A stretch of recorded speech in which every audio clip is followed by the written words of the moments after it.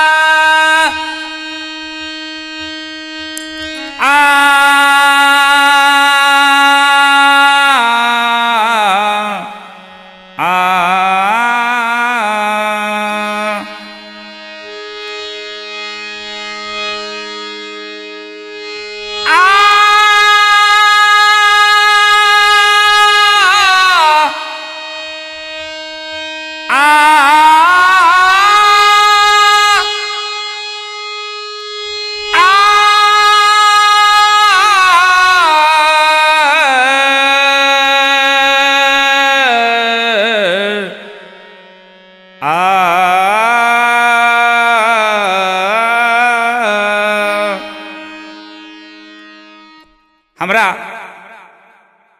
रोज सबने से यही एक बात कहे के बा, एगो पंछी पकड़े वाला से अगर पूछल जाओ कि पंछी कितना दुख में बा तू ना बतला सकता। कहे को महसूसे नहीं थे कि पंछी के पकड़े उड़े वाला चीज के लिया के पौन के पिंजरा में रखता नहीं, ओकरा कितना दुख लागत हुई कि जन उड़े वाला चीज के बंद करके रखले बनी तू पंछी के ना पकड़ी।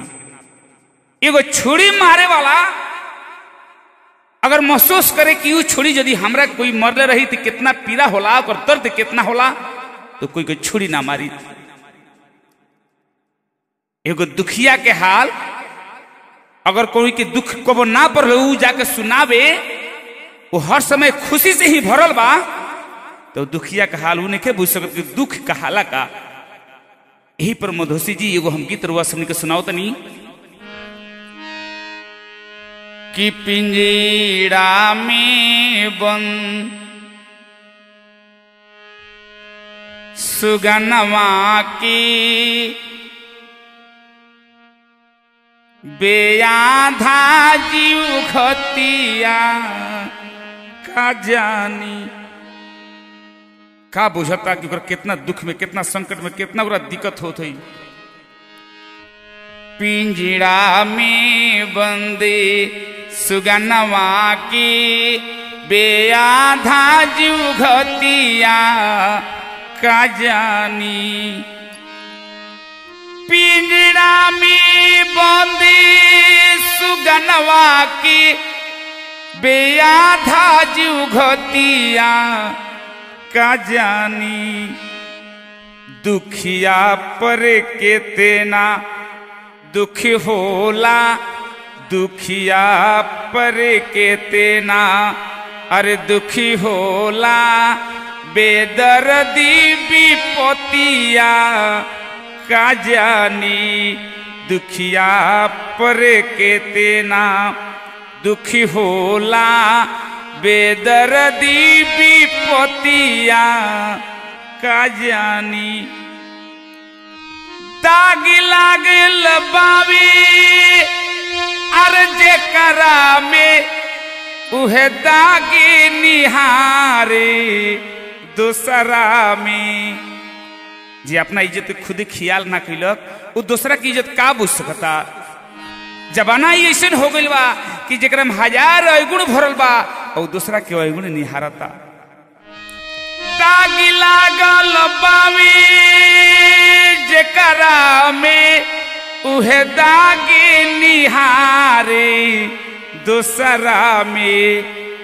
अपन जे लुटा के बैठल बा, अपन जे लुटा के बैठल बा, दूसरा के इज्जतिया का जानी अपन जे लुटा के अरे बैठल बा दूसरा की इज्जतिया का जानी। जे खुद अपना इज्जत के ख्याल ना कैलक वो बलराम यादव के मधुर जी के इज्जत के का बुझता, वो तो कोई के संगे इज्जत से खिलवाड़ कर सकता। इससे बड़ा दुख सी के कारण नहीं खे जबाना अरे सत्य संच की दुनिया में गुलाब रहो बोच बोच के।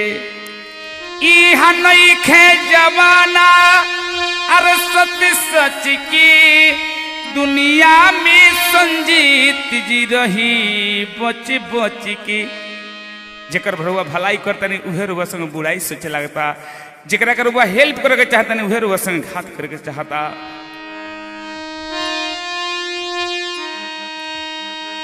इहा नहीं खे जबाना अरे सत्य सच की दुनिया में मधोसी रही बच बच के।